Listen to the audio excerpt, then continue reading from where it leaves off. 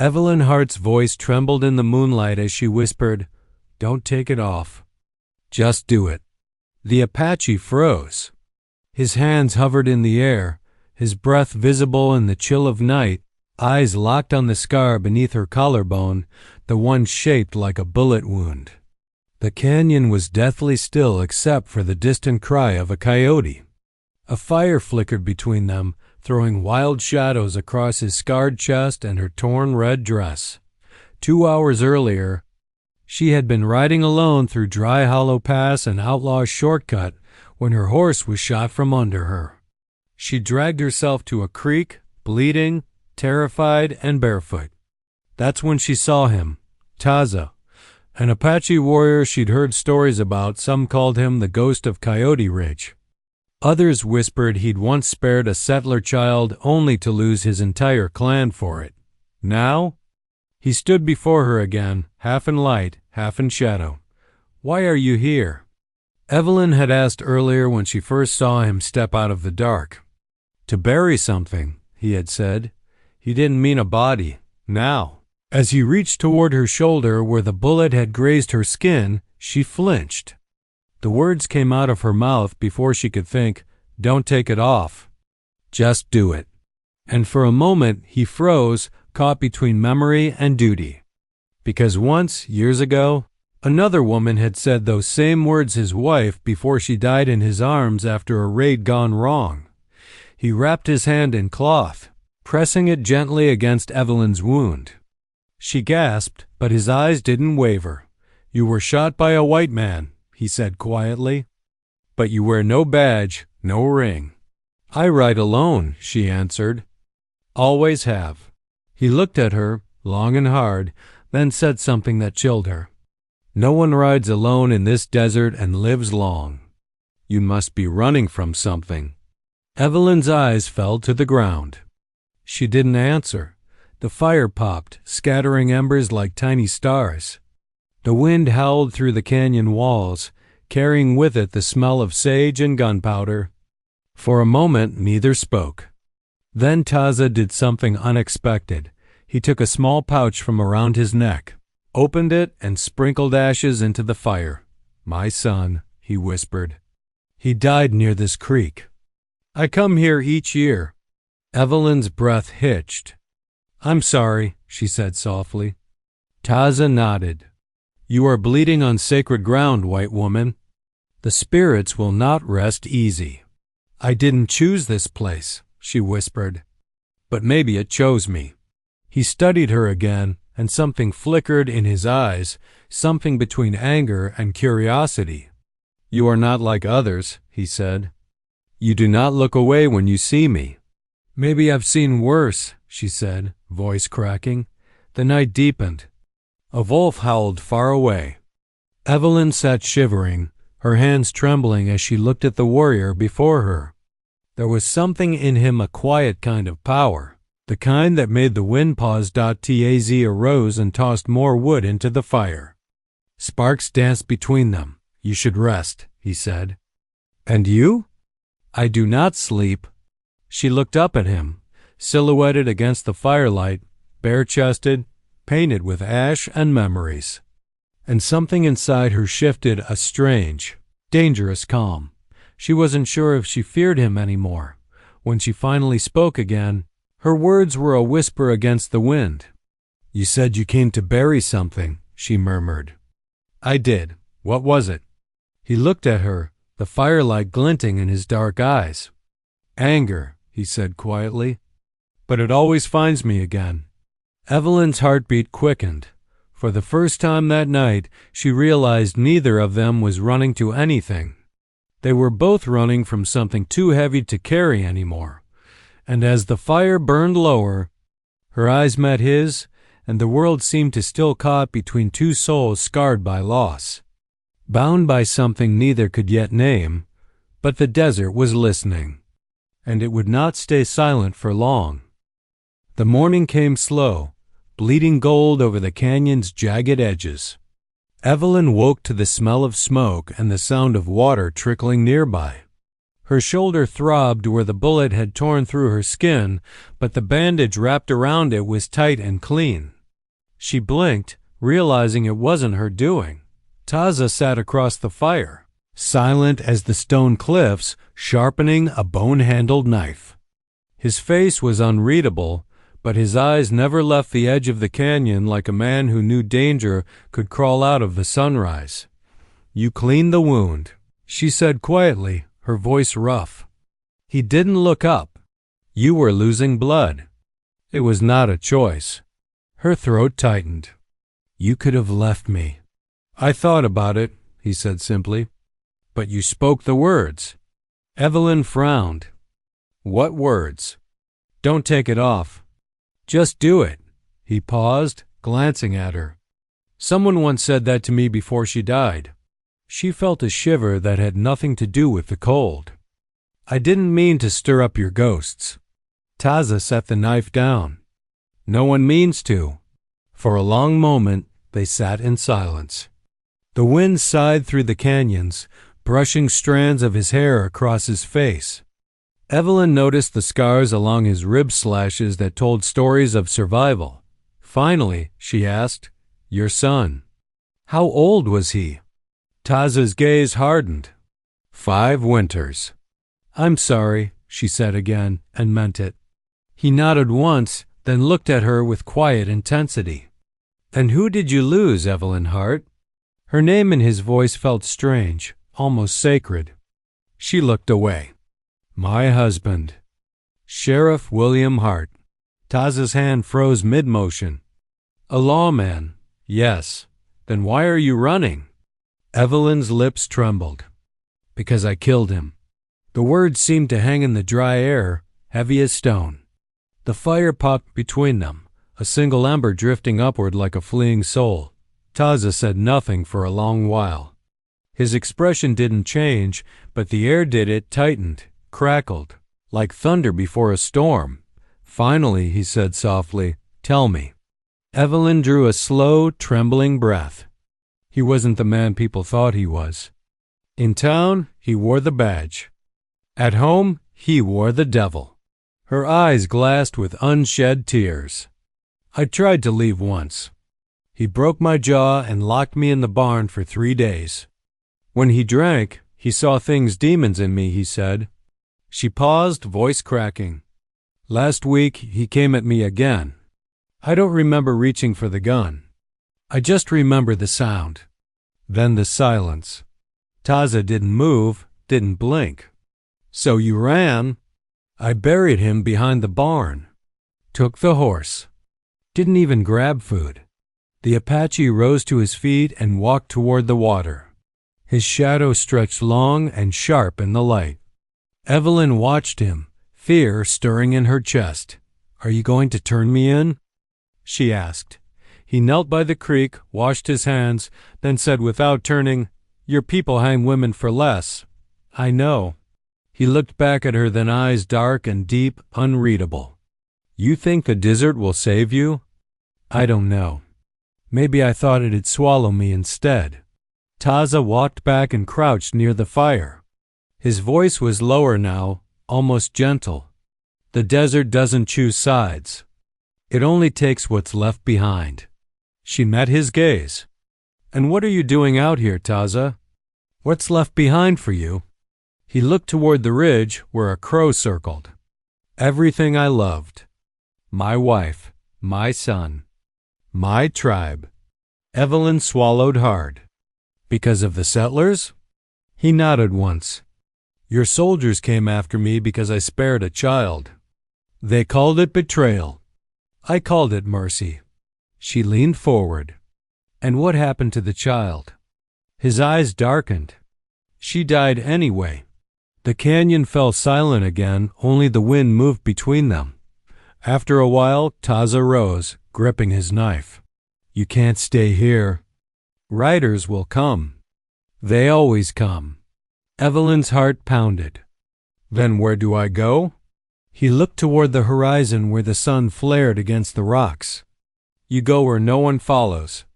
I'll take you part of the way." "Why?" she whispered. He paused, the faintest flicker of pain in his eyes. Because maybe helping you will finally bury what I couldn't. Evelyn felt tears sting her eyes, but she hid them. She stood slowly, wincing from her wound. All right, she said. But if I slow you down, I'll carry you, Taza said simply. For the first time, she almost smiled. They packed what little they had, the sun climbing higher. The world stretching endless and merciless before them. Evelyn looked back once at the dying fire, at the place where her old life had burned away. Then she followed the Apache into the desert, not knowing that before the next sunset, blood would stain the sand again. The sun hung low and heavy by the time Evelyn and Taza reached the ridge overlooking the old Spanish mission. Its bell tower was half collapsed, the walls scorched and swallowed by the desert. A flock of vultures circled above it, black against a blood-red sky. Taza raised his hand for silence. The warrior's sharp eyes swept the horizon, every ripple of sand, every dry bush bending in the wind. Evelyn followed his gaze, her legs trembling from the long trek. Someone's been here, he murmured. Evelyn's heart skipped. How can you tell? He pointed to the sand. Tracks, 4 horses. Not old. Her breath caught. Bounty hunters? Taza nodded once. They follow your scent. Men like that smell blood and coin. Evelyn's stomach twisted. Then why stop here? Because it is the only place with water for miles, he said. And ghosts do not talk. He led her down a narrow path, the air thick with the scent of dust and sagebrush. The mission loomed larger, its once white walls now stained with soot and time. A wooden cross leaned crookedly in the yard, half buried in sand. Evelyn could almost hear the echo of prayers long forgotten. Inside, the air was cool and hollow. Sunlight spilled through the broken roof, painting long bars across the cracked floor. Taza motioned for her to stay behind as he moved forward, silent as smoke. His knife drawn, Evelyn watched him disappear behind a stone archway. The silence pressed on her ears until her pulse was all she could hear. A few minutes later, he returned, sheathed the blade, and nodded. Empty, for now. She sank onto a bench, her whole body trembling with exhaustion. I don't know how much farther I can go. He crouched near her, his dark eyes steady. You will go as far as you must. That is what the desert teaches. Evelyn looked at him, noticing again the way the light hit the lines of his shoulders, the scars on his arms. He carried his pain like armor. She wondered if she did the same. As the sun dipped lower. They found shelter in what had once been the priest's quarters, just 4 walls, a shattered window. And a cross still hanging crookedly above a doorway, Taza built a small fire. Evelyn tore a piece of bread from her saddlebag, dry and stale. But it was all they had. You said those men will follow, she said. They will, and when they find us, then they will die, he said without emotion, like stating the color of the sky. She swallowed hard. You've killed before. He looked at her. You have too. The words hit her like a slap, but she didn't deny them. The truth was a wound that no bandage could hide. For a while, only the wind spoke, whispering through the cracks of the old mission. Then, softly, Evelyn asked, Taza, do you believe people can start over? He stirred the fire with a stick, sparks leaping between them. No one starts over. They only learn to walk beside their ghosts. Her eyes burned. And if the ghosts don't let go? Then you make peace with them, he said. Or you die trying. A sound broke the silence, hoofbeats in the distance. Slow, deliberate, growing louder. Taza single quotes as head snapped toward the doorway. He was on his feet in an instant, grabbing his bow and knife. Evelyn's heart pounded. They found us, she whispered. He nodded. Stay here. She caught his wrist before he moved. You'll be killed. His eyes softened just slightly. Then I will die as my son did defending what is not yet lost." Before she could answer, he was gone, slipping into the dusk like a shadow born of flame and dust. Evelyn pressed her back against the wall, her fingers clutching the small revolver hidden in her dress. Outside, voices rose, rough, drunken laughter carried by the wind. "Tracks lead right up to this place." One man shouted. Another laughed. "That sheriff's whore must be hiding inside." Her stomach turned to ice, then silence. A silence too thick, too sudden. The first scream came seconds later, short, wet, then another. Then a gunshot split the air. Evelyn covered her mouth, trembling. The sound of chaos outside lasted less than a minute, then just wind again. When Taza stepped back inside, his chest glistened with sweat and blood, not his own. His knife dripped red. His expression didn't change. "They will not follow anymore," he said quietly. Evelyn stared at him, horror and awe tangled inside her. "You killed them all?" He wiped the blade clean on his arm. "No," he said. "The desert did." He dropped to his knees beside the fire, breathing hard, eyes unfocused. For the first time since she'd met him, Evelyn saw the cracks in his strength, the way his hands trembled once the danger passed. She knelt beside him and whispered, "Taza, thank you." He looked up, and for a heartbeat, something human, fragile, flickered in his eyes. "Don't thank me," he said. "You don't yet know the cost." Outside, the sky turned black and endless. Inside the mission, two souls sat by a dying fire. Both stained by survival, both hunted by what they had done. And somewhere deep in the night, the bell that hadn't rung in years gave a single, hollow toll. As if warning them their peace wouldn't last long. The night pressed heavy around the old mission, thick with the scent of gunpowder and blood. The bodies of the bounty hunters lay outside, half buried in sand and silence. Evelyn couldn't sleep. Every time she closed her eyes, she saw Taza's blade flash in the moonlight, saw the man who had risked everything for her without asking why. Taza sat apart from her, near the fire's fading glow. His long black hair caught the light in strands of copper and gold. He was cleaning his knife again, slow and methodical, as if the motion steadied his heart. "You've done that for an hour," she whispered.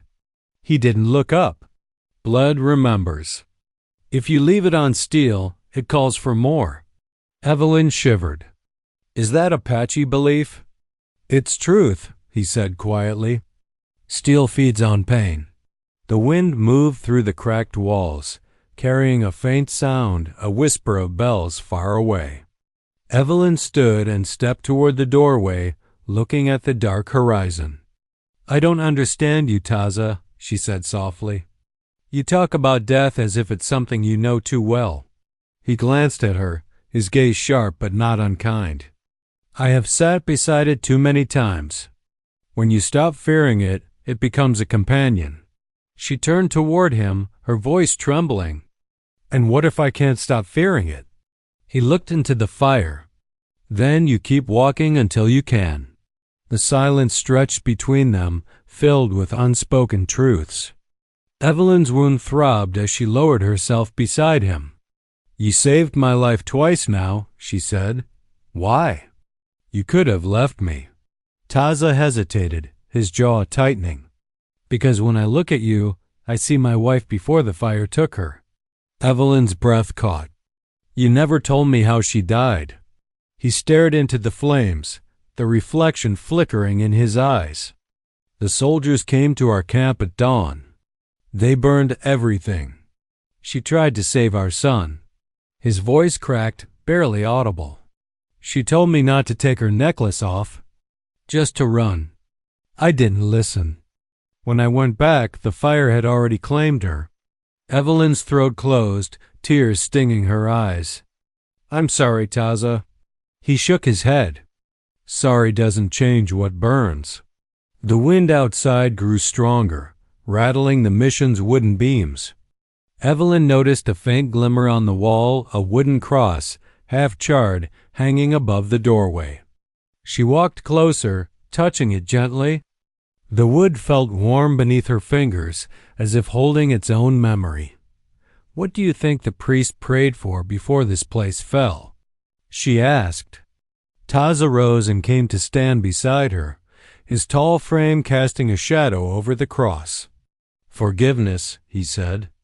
"But the desert doesn't give that easily." Evelyn turned to face him, their eyes locking in the half-light. "Maybe it does," she said. "Maybe it just gives us second chances instead." For the first time, Taza's face softened. "You speak like someone who still believes in mercy." "I want to," she whispered. "But I don't know if I deserve it." He reached out slowly, placing a calloused hand over hers on the cross. "Mercy is not about deserving," he said. "It's about needing." The touch startled her. It was the first time his skin had brushed hers since the night they met. His hand was warm, rough, trembling slightly. She didn't pull away. Just then, a sound echoed from the canyon, distant, faint, but unmistakable. Hoofbeats. Taza's hand dropped instantly. "More riders," he said, his tone cold again. "Not bounty hunters this time, military." Evelyn's pulse spiked. "They'll kill you on sight." He nodded. "And they'll hang you beside me." He grabbed his bow and quiver, motioning toward the back of the mission. "There's a passage beneath the floor, an old escape tunnel for priests. It leads to the ridge." Evelyn crouched beside him as he pried up a loose wooden plank. Beneath it, a narrow shaft yawned open, dark and cold. "I can't go down there," she said, fear rising. He turned to her, eyes fierce. "You can. You must." "I'll draw them away." "No," she said sharply. "I won't leave you again."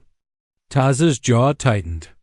"You think I have not watched enough people die for me?" His voice trembled now, raw with memory. "I will not let your ghost follow me too." She shook her head, tears falling. "Then we go together." Something shifted in his face, then pain, disbelief, and something like respect. He studied her for a moment that felt like forever, then nodded once. "Together," he said. They packed quickly, grabbing what little they could carry. The fire had nearly gone out, the embers glowing faintly against the stone. As Taza covered the tunnel entrance with sand and loose planks, Evelyn glanced one last time at the cross. She whispered under her breath, "If there's still mercy left in this world, let it find us." When they slipped into the darkness below, the wind outside howled through the empty mission, making the cross creak against the wall like a final prayer. Above them, torchlight flickered as the soldiers arrived, boots pounding against the ground, but the desert kept its secrets, and two souls moved quietly beneath it, bound now by more than survival. The tunnel spat them out beneath a jagged ridge just as the first raindrops fell. The storm had been building all day, heavy clouds stacked like mountains, thunder rolling across the desert like drums of war. Evelyn gasped as she stumbled out into the open, her hands scraping stone. Behind her, Taza emerged silently, his dark hair plastered to his back by rain. For the first time in days, the desert smelled alive, wet earth, sage, and the copper tang of lightning. But Taza's expression was carved from stone. He scanned the horizon with sharp, restless eyes. "They'll track us here," he said. "The tunnel will not hide our scent for long." Evelyn clutched her shawl tighter around her shoulders, shivering. "Then where do we go?" "Up," Taza replied. "The storm will cover our trail." They began the climb up the ridge, slipping on the wet rock, the wind howling through the canyons below. Thunder cracked so close it shook the ground. Evelyn's hair clung to her face as she gasped for breath. Halfway up, she slipped. Her boots skidded on the slick stone, and she fell with a cry only for Taza to grab her wrist, his grip iron strong. He pulled her up with one arm, muscles straining. rain dripping from his face. When she finally stood again, their faces were inches apart. The storm raged around them, thunder roaring like an angry god. "You should have let me fall," she breathed. Taza's dark eyes locked on hers. "I've already lost one life I could not save. I won't lose another." She stared at him, the words sinking deep. For a moment, the storm didn't matter. There was only the sound of rain and their shared breath in the dark. They reached the top as lightning split the sky, revealing a narrow cave in the ridge. They ducked inside, dripping and shivering. The cave was shallow but dry, the air thick with the scent of stone and rain. Taza knelt near the entrance, watching the flashes of light beyond. Evelyn sank down beside him, her chest heaving. "You knew this place," she said softly. "You led us here on purpose." He nodded once. "I buried someone here long ago." She hesitated. "Your wife?" He didn't answer. He didn't have to. Outside, rain poured like the sky itself was weeping. Evelyn wrapped her arms around her knees. "Do you ever feel like the world punishes you for trying to do right?" Taza's gaze stayed on the storm. "The world does not punish or forgive. It only watches." She sighed. "You really believe that?" He turned toward her. "Belief is for those who still have something to lose." Lightning flashed again, and for a second, she saw the pain carved deep into his face, the memories that never left him. Slowly, she reached out and touched his hand. "Then maybe it's time you found something again." His hand didn't move, but his eyes softened. "And what would that be, Evelyn Hart?" She swallowed. "A reason to live that isn't just surviving." For a long moment, he didn't speak. Then, without a word, he untied a leather cord from around his neck and held it out. Hanging from it was a small carved charm, an eagle made of bone and turquoise. "My son made this," he said. "Before he died." Her breath caught. "Taza, I can't." "You can," he interrupted. "He said it was for the one who reminds me to look toward the sky again." Evelyn felt tears rise. "And you think that's me?" "I think the desert brought you to me for a reason," he said simply. Before she could answer, thunder boomed again, but this time, another sound joined it. Hoofbeats. Taza's head snapped up. He moved fast, crouching near the cave mouth, eyes narrowing. "They found us." Evelyn's heart raced. "What do we do?" He turned to her, his expression calm but deadly serious. "You stay here. I'll lead them away." "No," she said fiercely. "You'll die." He gave a faint smile. "Then I die free." Before she could stop him, he grabbed his bow and stepped into the rain. Evelyn's voice broke. "Taza." He turned once, rain streaming down his face. "If they catch you, they will hang you. If they catch me, they'll burn me. So pray the desert takes me first." Then he was gone, vanishing into the storm like a ghost of thunder and flame. Evelyn pressed herself against the cave wall, tears mixing with rain on her cheeks. The sounds outside were chaos, gunshots cracking through the night, shouts echoing, horses screaming in fear, then silence. She waited, breath held, heart breaking with every second. When the storm finally began to fade, she crawled to the cave's edge. The world below was a blur of mud and smoke. And there, halfway down the ridge, she saw him. Taza standing in the open, surrounded by soldiers. His bow was broken, his chest streaked with blood. Yet he stood tall, defiant, the stormlight catching the tribal jewelry on his body. Evelyn covered her mouth, choking back a cry. One of the soldiers raised a rifle, and then Taza looked up, straight at her. Even across the distance, she saw his lips move. A whisper carried by the wind. "Don't take it off. Just do it." Then the shot rang out. The echo rolled across Coyote Ridge, mingling with the last growl of thunder, and Evelyn's scream was swallowed by the rain. The storm had passed, leaving the desert in eerie silence. Water pooled in the gullies, steam rising from the hot red earth as the dawn light pushed through scattered clouds. The air smelled of wet sage and smoke. Evelyn sat near the cave's entrance, shivering beneath a rough blanket, her eyes searching for the silhouette she had lost in the storm. Then she saw him. Taza emerged through the thinning mist like a spirit from another world. His long black hair, damp and heavy, clung to his broad, scarred shoulders. Droplets rolled down his bronze skin, tracing over the tribal jewelry that hung against his chest. In the faint morning light, he looked both mortal and myth. His bow was gone. His knife hung loosely at his side, broken. Evelyn rose shakily to her feet.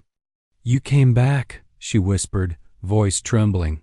He said nothing for a long while, only watched her, his expression unreadable. Then finally, "I said I would." She stepped closer. "You could have run. You could have left me there." Taza looked past her toward the open desert. A man cannot run from a promise made beneath thunder. His tone was quiet, but every word struck deep, even when it's to someone who should be his enemy. Evelyn's throat tightened. "Is that what I still am?" He didn't answer right away.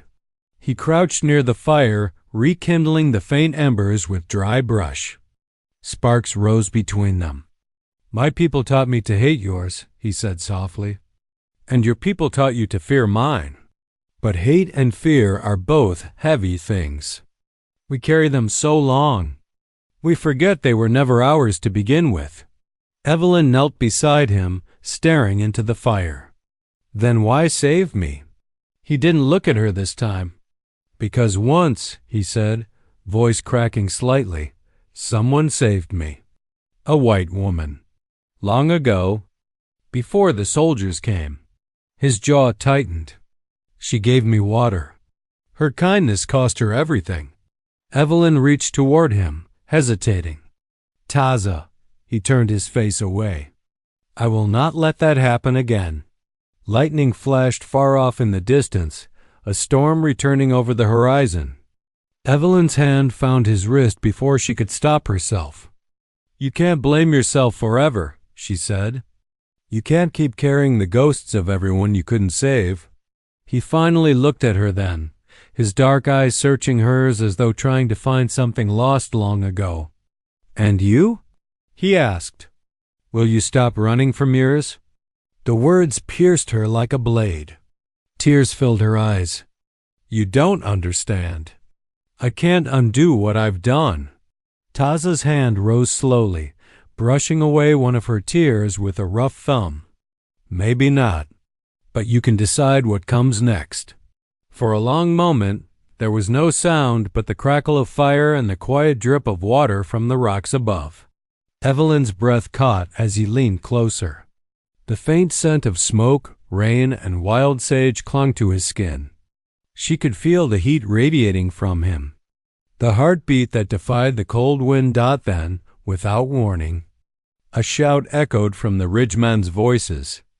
Distant but drawing closer, Taza stiffened, every muscle tightening. He grabbed his knife, eyes narrowing. "They've found us." Evelyn's heart raced. "My people?" He didn't answer, just pulled her toward the back of the cave. "If they see you with me, they'll kill you too." "No," she said fiercely, grabbing his arm. "You saved me. I'm not hiding while you—" He silenced her with a sharp look. "Don't take it off," he said, pointing to the necklace of turquoise beads he'd placed around her neck the night before. "If they see that, they'll think you're under my protection. It might keep them from shooting." Evelyn touched the beads, her breath shaking. "And what about you?" Taza gave a faint, almost broken smile. "The desert knows my name." "That's enough." He stepped into the light, every inch the warrior he was born to be, shirtless, scarred, the sun gleaming off his skin and tribal jewelry, long black hair whipping in the wind. Evelyn reached out one last time, her voice cracking. "Taza." "Don't," but he was already gone. walking toward the ridge where the voices grew louder, and though fear clawed at her chest, she understood, in that moment, that the man she once feared was no ghost of the desert, he was its heart. Gunfire cracked across the ridge. The echo rolled through the desert like thunder. Evelyn pressed herself against the cave wall, heart hammering, every shot a dagger of fear. She wanted to run after him, to scream his name, but the words stuck in her throat like thorns. Taza had vanished into the stormlight, a muscular, shirtless Apache warrior, his long black hair whipping in the wind, the faint glimmer of tribal jewelry flashing with each lightning strike. He moved like a shadow made of fire, his body low and his knife tight in his grip. Evelyn could hear the soldiers shouting. They were close, too close. "He's down there! The savage!" Someone yelled. Another voice followed, rough and cruel. "Shoot him on sight!" Her blood turned cold. The rain had stopped, but the world still wept. Mist hung over the cliffs as Taza crept between the rocks, his eyes locked on the approaching rider-sick soldiers, rifles ready, their horses kicking up red mud. He could take maybe 2 before they cut him down. But he didn't flinch. Taza touched the turquoise bead around his neck, a piece of the same necklace he'd given Evelyn. "Don't take it off," he'd told her. "It's more than stone, it's the spirit of my people." Now, as he stood between her and death, he felt the weight of every ancestor in that turquoise glow. He rose. The first rifle cracked. A bullet tore through his shoulder, spinning him back. He fell to one knee but didn't let go of his knife. His muscles tensed. His breath came sharp and steady. Then he lunged from cover, striking with the ferocity of lightning. Evelyn saw it all from the cave's edge, the chaos, the smoke, the fury. Taza fought like a storm given flesh, every movement swift and raw. He slashed one rider from his saddle, dodged another shot, but a second bullet ripped into his side. He stumbled, caught himself, and still kept fighting. "Stop!" Evelyn screamed, running out into the open. Her red dress clung to her in the wind, blood mixing with the desert mud. "Stop! He's not your enemy." The soldiers froze at the sound of her voice. She stood between them and Taza, her arms outstretched, the turquoise necklace gleaming against her skin. The leader, a bearded man with cold eyes, spat in the dirt. "Ma'am, move aside. That's a killer you're protecting."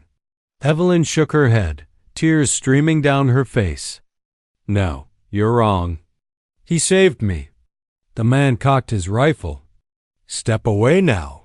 Behind her, Taza rose slowly, blood streaking his chest. He looked at her, one last unspoken plea in his eyes. "Don't take it off. Just do it." She understood. Evelyn turned to face the soldiers again. "If you shoot him," she said, voice shaking but fierce, "you'll have to shoot me too." The silence stretched. Wind hissed through the canyon. The soldiers exchanged uncertain glances. None of them fired. Finally, the leader gritted his teeth. "You've gone mad," he muttered. "Let's go." "He's not worth the trouble." He turned his horse, signaling the others. One by one, they rode off into the mist. When the last echo of hoofs faded, Evelyn dropped to her knees beside Taza. "You're bleeding," she whispered. Pressing her hands against the wound, he smiled faintly. "Not the first time." "Don't talk like that," she said, choking back tears. "You're going to live. Do you hear me?" He reached up, brushing her cheek with trembling fingers. "You wear it still," he murmured, eyes flicking to the turquoise beads around her neck. "Good. I told you I wouldn't take it off."